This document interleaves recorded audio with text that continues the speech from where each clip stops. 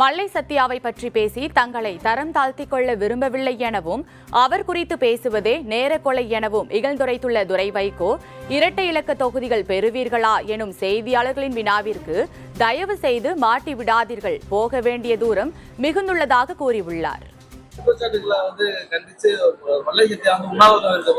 நாங்க அது கிட்டத்தட்ட அது கடந்து போயிட்டாங்க. நாங்க அவரை பத்தி எனக்கு பேசுறதுக்கு எனக்கு இன்ஃபேக்ட் என்ன திறந்தாழ்த்திக்கல விரும்பவில்லை. அடுத்து இன்னைக்கு உங்களுக்கே தெரியும், அடுத்த ஆண்டு சட்டமன்ற தேர்தல் வருது. இயக்கத்துடைய அந்த கட்டமைப்பை வலுப்படுத்துறதுக்கு சொன்னாங்க. அந்த முயற்சியில தான் ஈடுபடும் சொல்லி எல்லாருக்கும் நாங்க சொல்லியிருக்கோம்.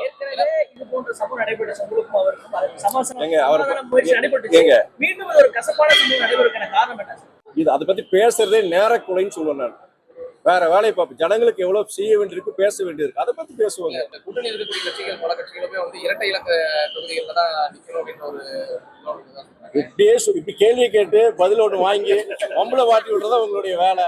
தயவு செய்து என்ன மேல இறக்கு வைங்க, மாட்டி விட்டுறாதீங்க. போக வேண்டிய தூரம் நிறைய இருக்கு. தயவு செய்து இறக்கு காமிங்க.